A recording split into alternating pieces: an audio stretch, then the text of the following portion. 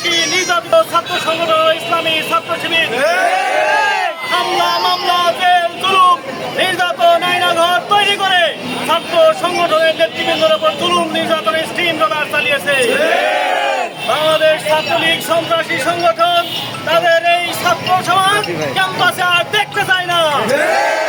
বাংলাদেশ ইসলামী ছাত্র শিবির আদর্শের রাজনীতি করে আদর্শের রাজনীতিতে ছিল, আগামীতে থাকবে ইনশাআল্লাহ। দিনের সকল ধরনের কর্মসূচিতে আপনাদেরকে আহ্বান রাখতে চাই, বাংলাদেশকে আওয়ামী সন্ত্রাসী মুক্ত বাংলাদেশ উপহার দিতে চাই।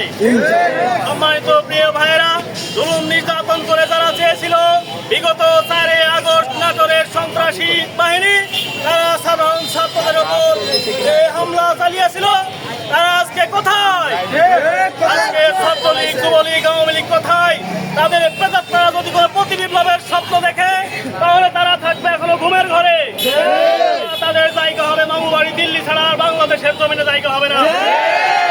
ছাত্র ভাইয়েরা, আপনাদের কাছে আহ্বান রাখতে চাই, আগামী দিনে বাংলাদেশ ইসলামী ছাত্র শিবিরের সাথে সকল ধরনের কর্মসূচিতে ঐক্যবদ্ধ ভূমিকা পালন করে মাঠে ময়দানে সক্রিয় ভূমিকা রাখার জন্য আপনাদের কাজকে উপস্থিত হওয়ার জন্য ধন্যবাদ জানিয়ে আমি আমার কথা শেষ করছি। আসসালামু আলাইকুম ওয়া রাহমাতুল্লাহি ওয়া বারাকাতুহু। আমাদের অবস্থান কর্মসূচি নাটোর মাদ্রাসা মোড়ে এবং বাইপাসে আমাদের অবস্থান কর্মসূচি চলবে। যাকে যেখানে যেভাবে অবস্থান কর্মসূচিতে যেখানে নির্দেশ দেওয়া হয়েছিল সবাই সেখানে অবস্থান করবেন ইনশাআল্লাহ।